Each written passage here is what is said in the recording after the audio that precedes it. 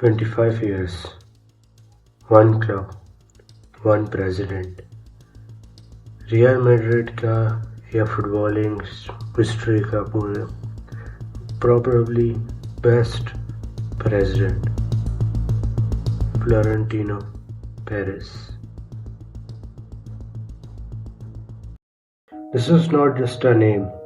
He controlled games for season, for decades. If as a football fan, we talk about greatest player of all time, greatest manager of all time, लेकिन अगर हम बात करें greatest president of all time, तो arguably Florentino Perez Rodriguez greatest president of all time है. Before we talk about his success story, let's talk about how he became so famous. March 8, 1947 Florentino Perez की पैदाइश होती है एक middle class family में, जहां उनके फादर जो है वो एक सक्सेसफुल बिजनेसमैन रहते हैं. शायद इसी इन्वायरमेंट की वजह से आज जो फ्लोरेंटिनो पेरेस है वो फ्लोरेंटिनो पेरेस बन पाए. लेकिन पेरेस को बिजनेस वर्ल्ड से कोई लेना देना नहीं था उस वक्त तक. हालांकि पेरेस जो थे वो फिल्म स्कूल ज्वाइन कर चुके थे उस वक्त तक. उस फिल्म स्कूल में ऑडिशन अपने दे चुके थे. उनके प्लान बिल्कुल ही डिफरेंट थे. लेकिन उसके बाद पेरेस डिसाइड करते हैं कि उनको सिविल इंजीनियरिंग करनी है और वो सिविल इंजीनियरिंग करते हैं. अब यहाँ से शुरू होती है हमारी असल कहानी. Florentino pursued his degree in civil engineering from Technical University of Madrid. उसने अपनी ग्रेजुएशन कंप्लीट की थी 1970 में. और जब यूनिवर्सिटी के दिन चल रहे थे तो वहाँ वो एक्टिव मेंबर भी थे अपने यूनिवर्सिटी के बास्केटबॉल टीम में. अपनी डिग्री कंप्लीट करने के बाद फ्लोरेंटिनो पेरेस ने एक स्पेनिश कंस्ट्रक्शन कंपनी के लिए काम करना स्टार्ट कर दिया था जो उनके फादर की थी. उसके बाद फ्लोरेंटिनो पेरेस बन जाते हैं director general for Ministry of Transport, Tourism and Communication till 1982 to 85. अब आती है वीडियो के सबसे interesting part. Florentino Perez involve हो जाते हैं रियल मैड्रिड में. 1991 में फ्लोरेंटिनो पेरेस बिल्कुल इन्वॉल्व हो चुके थे मैड्रिड में. वो as a club member of directors के रोल में थे. 1991 में फ्लोरेंटिनो पेरेस बिल्कुल ही इन्वॉल्व हो जाते हैं मैड्रिड में. वो as a member board of directors के रोल में थे उस वक्त. लेकिन उस वक्त की बात करें अगर हम, उस वक्त थोड़ा मैड्रिड में प्रॉब्लम्स थे. मैड्रिड फाइनेंशियल भी स्ट्रगल कर रही थी और फ्लोरेंटिनो पेरेस ने वो जब देखा कि मैड्रिड में इतनी प्रॉब्लम्स है, वो खुद मैड्रिस्टा हैं उस वक्त से, मैड्रिड के सपोर्टर अपनी यंग एज से मैड्रिड को सपोर्ट कर रहे थे. तो उसने जब देखा कि मैड्रिड में इतने सारे प्रॉब्लम्स आ रही है तो उसने यही सोचा कि यही टाइम है खुद को प्रूव करने का. तो वो डिसाइड करते हैं कि नेक्स्ट इलेक्शन जो प्रेसिडेंट के लिए होगी वो उसमें हिस्सा लेंगे. उस वक्त के प्रेसिडेंट थे लोरेंजो सांस. लोरेंजो सांस के जो अंडर रियल मैड्रिड ने एक चैंपियन लीग और 2 ला लीगा जीत चुके थे 3 सीजन में. और ये मौका देखते हुए लोरेंजो सांस ने कहा कि ये बेहतरीन वक्त है कि मैड्रिड की इलेक्शन करवाएं और उसे यही लगा कि वो ही जीत जाएगा. After winning champion league in 1999 and 2000 season, Lorenzo सांस ने सोचा कि यही बेहतरीन मौका है इलेक्शन करवाने का और फिर से जीतने का. लेकिन वो गलत थे. फ्लोरेंटिनो जानते थे कि वो फैंस से ये प्रॉमिस नहीं कर सकते थे कि उनको चैंपियन लीग दिलाएंगे, उनके लिए ला लीगा लेकर आएंगे, क्योंकि वो मैड्रिड ऑलरेडी उस वक्त तो जीत रही थी ये सब कुछ. तो इनकी बजाय वो क्या करते हैं, क्लब में जो प्रॉब्लम्स थी, फाइनेंशियल से प्रॉब्लम्स थी, क्लब उस वक्त स्ट्रगल कर रही थी, लेकिन ये बात क्लब ने छुपाई हुई थी अपनी फैन बेस से. फ्लोरेंटिनो पेरेस ये करते हैं कि ये सब बातें जो है वो सामने लेकर आते हैं सबके. तो ये एक बहुत बड़ा फैक्टर बन जाता है फ्लोरेंटिनो पेरेस के इलेक्शन के लिए. मैड्रिड की अगर हम उस वक्त की अटेंडेंस की बात करें तो मैड्रिड ने अटेंडेंस इतनी कम हो चुकी थी कि फैंस स्टेडियम्स को मैच देखने नहीं आ रहे थे. फैंस नहीं आए तो ये सब बातें फ्लोरेंटिनो पेरेस ने सामने लेकर आए और क्लब जो कर्जे में डूबा हुआ था सामने लेकर आ गए फैंस के कि ये सब बातें हैं जो आपकी क्लब आपसे छुपा रहा था. फैंस ने ये भी कहा अगर ये कर्जा चुकाया नहीं गया तो मैड्रिड बैंकरप्ट हो सकती है। ये सब प्रोमिसेस तो कुछ नहीं थी। जब आप इस प्रॉमिस के बारे में सुनोगे, फ्लोरेंटिनो पेरेस ने कहा था कि अगर वो इलेक्शन जीत जाते तो अपने आर्च राइवल बार्सिलोना से लुइस फिगो को साइन करेंगे और मैड्रिड में खिलाएंगे उसको। Si yo soy presidente del Real Madrid, Luis Figo, jugador del Real Madrid. Luis Figo एक नॉर्मल प्लेयर नहीं थे उस वक्त बार्सिलोना के लिए। वो बार्सिलोना के मेन थे, फैंस फेवरेट थे और कह सकते हैं बार्सिलोना के बेस्ट प्लेयर भी थे उस वक्त के। इस प्रॉमिस के बाद सबके दिमाग तो बंद हो चुके थे क्योंकि इतनी बड़ी बात कर दी थी फ्लोरेंटिनो पेरेस ने अपने आर्च राइवल से उनके बेस्ट प्लेयर को उनकी छीन कर अपने पास लेकर आना, जो इम्पॉसिबल लग रहा था। लेकिन फ्लोरेंटिनो पेरेस के कुछ और ही प्लान्स थे। लोग यही बातें कर रहे थे कि फ्लोरेंटिनो पेरेस कैसे कन्वर्स कर सकते हैं ऐसे प्लेयर्स को जो बार्सिलोना के लिए उनकी हार्ट बीट धड़कती है। फ्लोरेंटिनो ने अपने फैंस से यह प्रॉमिस नहीं किया था कि मैं आपके लिए चैंपियन लीग लेकर आऊँगा।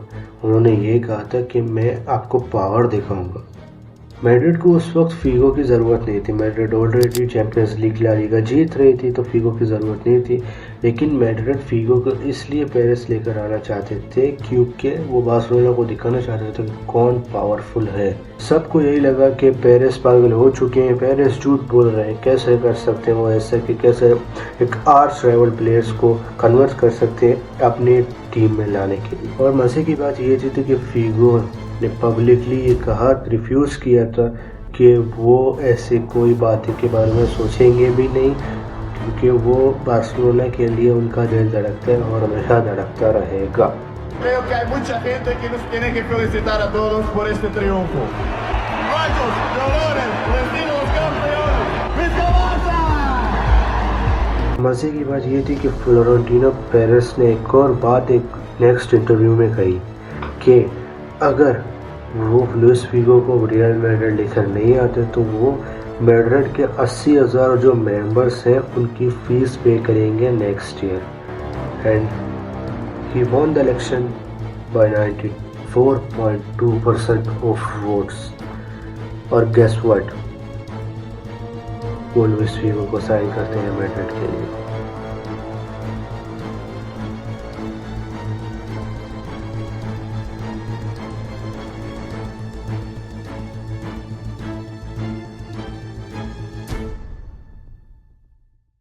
एक ट्रांसफर की वजह से पूरे स्पेन में थिंग्स बिल्कुल ही तहस नहस हो चुके थे क्योंकि फैंस का, बार्सिलोना के फैंस का जो गुस्सा और रियल मैड्रिड फैंस का जो खुशी थी कि बार्सिलोना को नीचा दिखाया हमारे मैड्रिड ने पूरा।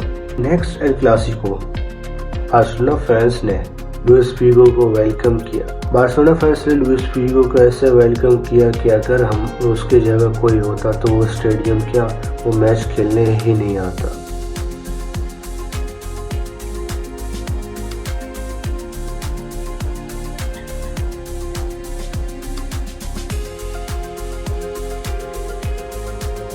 सब चीज़ों के होने के बावजूद कैंप न्यू में एक बंदा था जो स्टैंड्स पर बैठ के सिर्फ हंस रहा था।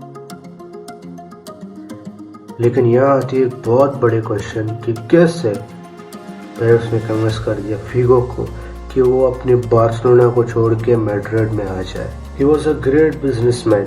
तो उन्होंने एक ऐसी ही डील की फिगो के साथ। इलेक्शन से पहले फ्लोरेंटिनो पेरेस फिगो को $1.5 मिलियन देते हैं। लेकिन वो डील में यह करते हैं कि अगर वो इलेक्शन हार गए तो फिगो को जो पैसे दिए हुए वो एज अ गिफ्ट रख सकता है। लेकिन अगर वो जीत गए इलेक्शन तो उनको आना होगा मैड्रिड। लेकिन अगर उन्होंने रिफ्यूज़ कर दिया उस वक्त आने से तो उनको $34 मिलियन पे करना होगा। ये सब प्रोमिसेस के बाद फ्लोरेंटिनो पेरेस क्लब को फाइनेंशियली और ज़्यादा बेटर बना देते हैं। कैसे, वो अपनी जो ओरिजिनल ग्राउंड होती है मैड्रिड की ट्रेनिंग ग्राउंड, उसको सेल कर देते हैं और जितने भी कर्ज होते हैं, डेप्ट होते हैं, उनको सारे पे करते हैं। उसके बाद जो बचे हुए पैसे होते हैं उनसे वो चीप लैंड्स खरीद के उनको ट्रेनिंग ग्राउंड बना देते हैं रियल मैड्रिड के। ट्रेनिंग ग्राउंड 5 गुना बड़ी है पिछले वाले ट्रेनिंग ग्राउंड से जो सेल की थी। रियल मैड्रिड ग्लोबली भी बहुत ज़्यादा मशहूर हो चुकी थी। रियल मैड्रिड को एज अ ब्रांड देखा जा रहा था। रियल मैड्रिड के पास इतने स्टार प्लेयर्स थे। रियल मैड्रिड फाइनेंशियल बेटर हो चुकी थी पेरिस के अंडर। मार्केटिंग की बात करें, मार्केटिंग रियल मैड्रिड की 4 गुना ज़्यादा बढ़ गई थी। सिर्फ बाहर ही नहीं, मैड्रिड अपने सब कुछ बेहतर कर रही थी। मैड्रिड पिच में भी बेहतर हो चुकी थी। मैड्रिड ने 3 सीजन में 1 चैंपियन लीग, 2 ला लीगा जीत लिए थे। लेकिन उसके बाद आती है मेन प्रॉब्लम्स। अब आती है सारे प्रॉब्लम्स। 3 सीजन लगातार मैड्रिड सिंगल ट्रॉफी भी नहीं जीतती और जो प्रोजेक्ट बना हुआ था गैलेक्टिकोस का वो फ्लॉप होता हुआ दिख रहा था हमें। पेरिस की एक प्रॉब्लम थी, वो अटैकर्स के साथ कुछ ज़्यादा ऑब्सेस्ड थे। जब 2003 में मैड्रिड चैंपियन लीग जीतती है तो उस वक्त के डिफेंसिव सॉलिड जो प्लेयर थे वो मकालेले थे। मकालेले उस वक्त के दुनिया के बेस्ट सीडीएम थे। सिर्फ रियल मैड्रिड के नहीं, दुनिया के भी बेस्ट सीडीएम माने जाते थे उस वक्त के। लेकिन वो मैड्रिड के मोस्ट लेस पेड प्लेयर थे। तो उन्होंने एक डिमांड की पेरिस से कि उनकी सैलरी इंक्रीज कर दी जाए और पेरिस ने उस डिमांड को रिजेक्ट कर दिया। तो इसी रिजेक्शन के चलते हुए मकालेले जो थे वो ज्वाइन करते हैं बाद में चेल्सी को और मैड्रिड की जो ट्रैवल है वहीं से स्टार्ट हो जाती है। सिर्फ ये बात नहीं थी, उस वक्त मैड्रिड के जो मैनेजर थे और मैनेजर को जो कॉन्ट्रैक्ट ख़त्म हो रहा था उसके रिन्यूअल में भी प्रॉब्लम्स आ गई थी। उसे रिन्यू नहीं करवाया गया था और वो मैनेजर भी चले जाते। उसके बाद 4 मैनेजर्स आते हैं, 4 को 4 फ्लॉप रहते हैं और प्रोजेक्ट बिल्कुल फ्लॉप होता हुआ दिख रहा था। इस सीज़न की फेलियर के बाद पेरिस फाइनली प्रेशर में आकर रिज़ाइन कर देते हैं मैड्रिड के प्रेसिडेंट से। इसके जाने के बाद नेक्स्ट सीजन में रियल मैड्रिड ला लीगा जीत जाती है। पेरिस को सिर्फ ये गलतियां नहीं थी, पेरिस ने एक साइनिंग भी रिजेक्ट की हुई थी। वो साइनिंग थी रोनाल्डिनियो की, जो बाद में बार्सिलोना रोनाल्डिनियो को साइन करते हैं। उससे पहले रोनाल्डिनियो को मैड्रिड साइन करने वाली थी, लेकिन पेरिस उस साइनिंग को रिजेक्ट कर रहे थे सिर्फ इसलिए कि रोनाल्डिनियो जो थे वो गुड लुकिंग नहीं थे। It's okay, let's move on. Madrid जो थी उस वक्त स्ट्रगल कर रही थी, लेकिन दूसरी तरफ रोनाल्डिनियो बार्सिलोना में आग लगा रहे थे। वो बेस्ट प्लेयर बन चुके थे पूरे दुनिया के और बैलन डोर जीत चुके थे उस वक्त। बार्सिलोना के साथ बार्सिलोना बिल्कुल टॉप लेवल पे खेल रहे थे और यहाँ मैड्रिड बिल्कुल स्ट्रगल कर रही थी। इसलिए अब पेरिस को बात समझ आ चुकी है कि पेरिस और कोई ब्राज़ील के छोटे से छोटे बच्चे को साइन करना चाहते कि फिर से वही गलती ना हो जाए। बात करें उनकी एरा में, real Madrid 6 time champion league के राउंड ऑफ 16 से बाहर हो चुकी थी, 6 टाइम। और इतने प्रेशर में आकर उनको रिजाइन तो करना, तो उन्होंने रिजाइन दे दिया। और इस सोल्यूशन के लिए रियल मैड्रिड फैंस को एक ही कैंडिडेट दिख गया था, वो था फ्लोरेंटिनो पेरेस।